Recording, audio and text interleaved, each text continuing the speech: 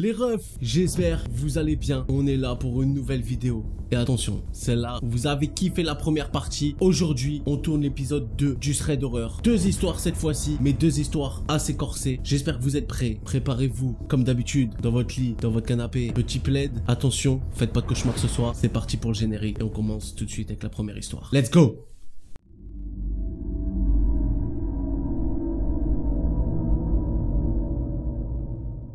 Les gars, aujourd'hui, on raconte l'histoire de l'homme au couteau. Aujourd'hui, je vous raconte l'histoire de Lucas. Et je vous mens pas, à sa place, je me serais vraiment chié dessus. Ah oui, les gars, je vous mens pas, c'est vraiment une histoire de fou baiser. Lucas a eu la peur de sa vie, mais aussi la chance de sa vie. Et pourquoi ça? Un jour, Lucas rentrait du collège. Il devait avoir dans les 13 ans. Il rentre du collège à pied, tous les soirs vers 18 h. Il fait déjà longue nuit, c'est l'hiver, et il faut savoir que son collège est à 2 ou 3 km de chez lui. Donc les gars, vous vous imaginez que 2-3 km à pied, ça fait un petit chemin quand même. Surtout l'hiver, en période de nuit, c'est désagréable. Vous vous doutez que ça met un peu de temps. Sur la route, il aperçut qu'un homme qui marchait derrière lui devait avoir dans les 30 ans et avait une veste à capuche grise qui cachait son visage. Donc déjà là, Lucas n'est pas très rassuré. Je pense que vous aussi, vous ne serez pas rassuré.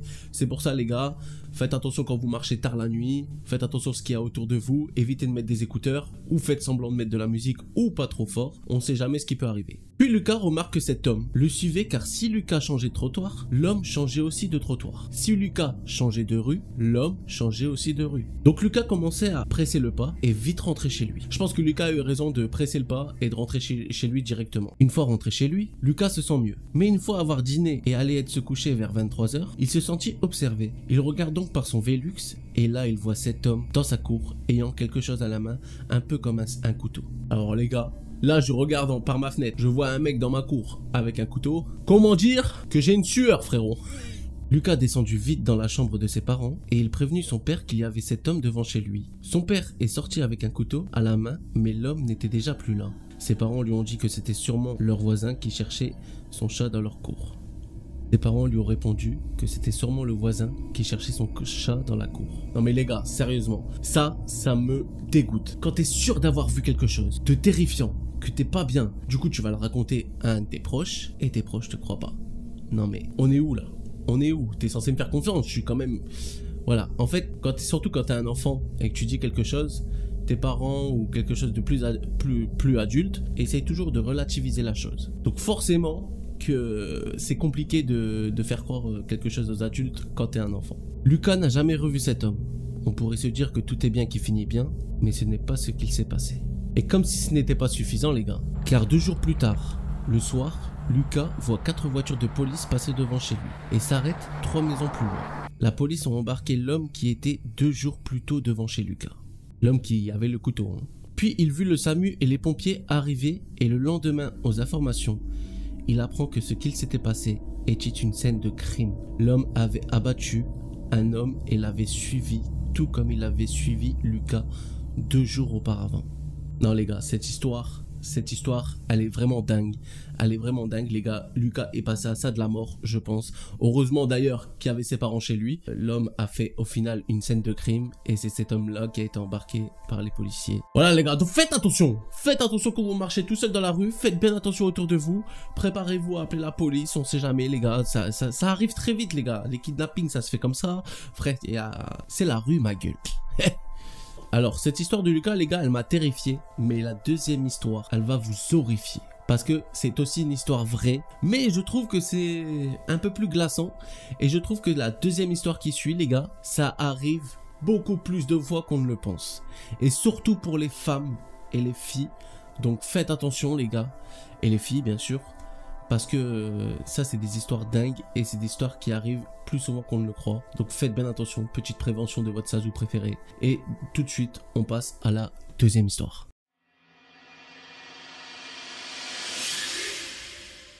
Alors, cette deuxième histoire, les gars, on l'appellera un entretien qui tourne mal.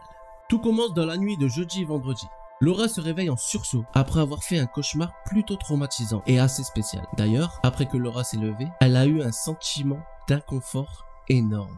Alors les gars, ces cauchemars-là, quand tu te réveilles et que t'as un sentiment d'inconfort, que t'as l'impression que ça s'est vraiment passé, moi ça m'est déjà arrivé. Je sais pas si vous, ça vous est déjà arrivé. Dites-le en commentaire de cette vidéo. Les gars, ces cauchemars-là sont terrifiants. Je sais plus comment on appelle ça d'ailleurs. Bref, des cauchemars réalistes. Le lendemain, par contre, deuxième chose bizarre. Un homme que Laura ne connaît pas la demande en ami sur Messenger. Mais elle voit qu'il est ami avec les potes de ses parents. Alors là, les gars... je sais pas comment réagir. Donc elle leur envoie un message pour savoir si ils connaissent cette personne. Pendant qu'elle écrivait, l'homme envoie un message pour dire qu'il avait croisé au parking du supermarché d'un village, pas loin de chez elle, et qu'elle lui avait donné son numéro. J'ai du mal à y croire, hein, celle-là, hein, les gars. Je pense que Laura sait à qui elle donne son numéro, quand même. Moi, perso, je donne mon numéro à quelqu'un, je sais à qui je l'ai donné. Bon, ça m'arrive pas souvent, mais... on continue l'histoire. Chose étrange, parce que Laura ne va jamais au supermarché et ne donne pas son numéro à des inconnus non plus d'ailleurs. Donc elle lui répond gentiment qu'il a dû se tromper parce qu'elle n'allait jamais au supermarché. Et pourtant, l'homme assure que si, elle lui a donné son numéro. Donc il assure, malgré qu'elle dit non, j'ai pas donné mon numéro, il lui dit quand même oui, tu m'as donné ton numéro. Du coup, l'homme continue à lui envoyer plein de messages. Entre temps, une amie à ses parents lui avait répondu. Donc oui, elle le connaissait, car cet homme travaille à la mairie du village de ses parents. Il était un peu bizarre, mais pas méchant. Alors les gars, les hommes un peu bizarres, mais pas méchants, ou voire un peu trop gentils, c'est ces personnes-là dont il faut se méfier. Parce que les gars, ils cachent quelque chose. Par leur apparence, un peu trop gentils, pas méchants, et en fait, au final, vous voyez qu'il a des intentions bizarres. Fuyez. Fuyez! Du coup, Laura décide de renvoyer un message au mec pour lui demander son âge. Il lui répond 53 ans. Laura en a seulement 28. Héros, prends les filles de ton âge, mon ref. Wesh. Elle se demande alors si cet homme n'est pas seul et ne cherche pas quelqu'un à qui parler pour le réconfort. Donc elle continue à lui écrire pour être gentille. Quelques minutes après, son téléphone sonne et un homme répond. L'homme lui dit qu'il est gérant d'une entreprise qui aide les personnes âgées et qu'il est tombé sur le CV de Laura. Donc Laura, qui cherche un emploi mieux payé pour subvenir aux besoins de ses 3 enfants, dit à l'homme que ça l'intéresse. Elle prévoit alors un entretien au bureau de l'agence. Sauf que l'agence, c'est une habitation et pas un local, car c'est un petit village. Elle prévoit donc se rencontrer lundi dans l'après-midi. Donc oui, dans certains villages, les gars, les agences, les bureaux, tout ça, c'est pas dans des locals comme vous avez l'habitude de voir, dans des immeubles. Dans des petits villages, des fois, c'est des petites maisons, comme les habitants ont, tout simplement. Et voilà. Voilà donc pourquoi elle se pose pas de questions et qu'elle a décidé de passer un entretien.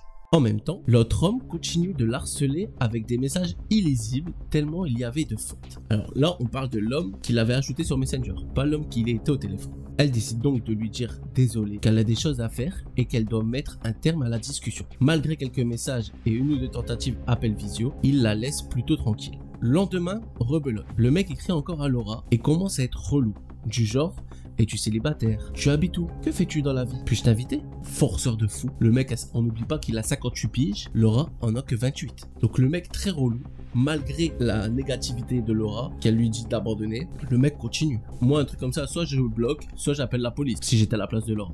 Elle lui répond donc gentiment qu'elle ne veut pas lui répondre, car il a 53 ans et elle 28. C'est pas des questions qu'un homme de son âge pose à une jeune femme de 28 ans. Il ne lui répond pas après cela, elle se sent soulagée pendant quelques minutes. Après cela, son téléphone se met à sonner. C'est le patron de la veille qui l'appelle le dimanche pour lui demander si Laura boit du café. Le patron me rappelle pas juste pour me demander si je bois du café lors de l'entretien. Bizarre.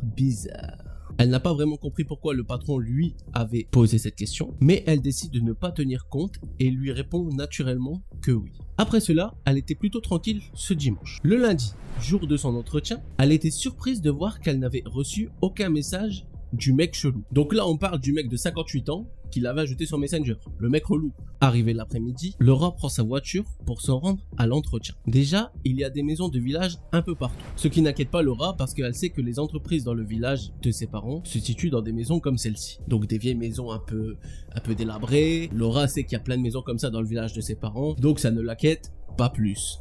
Arrivée dans la maison qui se situe à côté de l'église du village, elle toque et un mec de l'âge à son père ouvre. Quand il voit Laura, il a un sourire assez bizarre. Elle a eu un sentiment de peur, mais s'est dit qu'elle avait besoin d'un nouvel emploi et qu'elle devait arrêter d'être parano et qu'il n'allait rien lui arriver. Franchement, moi je suis à la place de Laura, jamais, mais au grand jamais frère, je serais rentré dans cette maison. T'es une fille, un mec de l'âge de ton père, est-ce que vous serez rentré? L'homme l'a fait donc rentrer. Une fois la porte franchie, elle n'a pas eu le temps de regarder devant elle que la porte d'entrée avait été refermée à clé et ses mêmes avaient été retirées de la serrure. Donc Laura ne comprend que quelque chose ne va pas, mais elle reste calme malgré tout.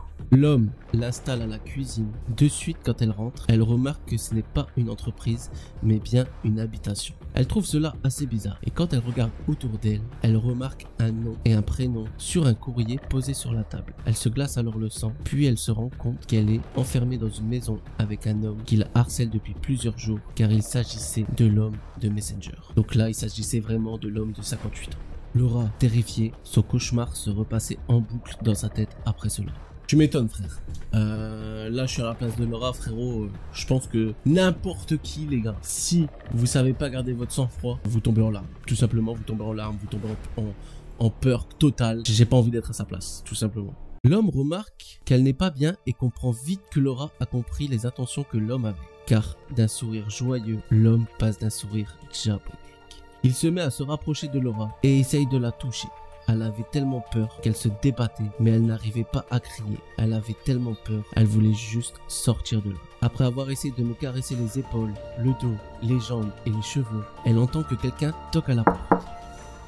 Dans le regard de l'homme, elle ressent un dégoût suivi d'une colère monstrueuse. Il décide de se rendre à sa porte d'entrée. Laura enfile son sac et prend son portable et ses clés pour se situer dans un angle où quand l'homme ouvrira sa porte, la personne située derrière pourra la voir. Dès que la personne l'a vue, Laura se dirige vers la porte d'entrée en lui indiquant qu'elle devait partir parce que son chéri l'attendait. Bien sûr les gars, c'était un pur mensonge. Laura a eu un coup de génie, totalement un coup de génie. Heureusement que Laura a fait ça je pense, on va le savoir tout de suite. Elle est sortie de la maison. De là, le mec l'arrête pour lui dire qu'il espérait la revoir bientôt pour un café chez lui ou même un restaurant et essaie de l'embrasser. Oh shit. Laura le repousse en lui disant qu'elle a quelqu'un et là se met à rire et lui dit « Et alors ?» Oh la scène doit être terrible. De là Laura est partie. Elle s'est réfugiée dans sa voiture en pleurs quelques rues plus loin et beaucoup de choses se sont mises dans sa tête. Qu'est-ce qui s'est passé? Pourquoi moi? Une fois ses esprits retrouvés, elle se souvient que sur la table qu'il y avait dans la maison, il y avait le téléphone de l'homme allumé et sa page Facebook à Laura comme si il avait fait une fixette sur elle. Les gars, vous imaginez le mec, un psychopathe. Imaginez ce qui aurait pu arriver à Laura si personne toquait à la porte. Imaginez tout simplement. Laura, en rentrant chez elle, a bloqué l'homme de partout. Elle est allée voir les gendarmes qui ont finalement rien fait. Et même si Laura l'a bloqué, elle reçoit toujours des notifications d'appel de sa part. Elle se demande aujourd'hui ce qui se serait passé si personne n'avait toqué à sa porte pour lui permettre de s'échapper. Alors voilà les gars, c'est fini pour cette deuxième et dernière histoire. J'espère que vous avez kiffé l'histoire de Laura. Moi j'ai kiffé de fou, ça m'a vraiment terrifié parce que les gars c'est des histoires vraies cette fois-ci. Et dites-moi les gars en commentaire de cette vidéo si vous préférez l'histoire de Lucas ou l'histoire de Laura. Personnellement, j'ai ma petite préférence pour l'histoire de Laura. Celle-là, elle m'a vraiment traumatisé de fou. Voilà, c'est fini pour ces deux histoires. C'est une petite vidéo, c'est un petit thread d'horreur. C'est juste pour vous mettre dans la sauce parce que maintenant, il y aura beaucoup plus de thread d'horreur sur cette chaîne. Merci beaucoup pour le premier thread d'horreur. Vous m'avez fait un accueil de baiser. Voilà, vous kiffez les threads d'horreur? Eh ben, je vous en envoie. J'espère que vous avez kiffé. Dites-moi en commentaire si vous avez kiffé. Mettez votre pouce bleu, abonnez-vous, mettez la petite cloche. Partagez bien sûr, c'est important aussi les gars, ça me donne de la force de fou. Suivez-moi sur Instagram, sur Twitter, tout est dans la description de cette vidéo. Moi je vous laisse là, c'est la cité ma gueule. Ciao.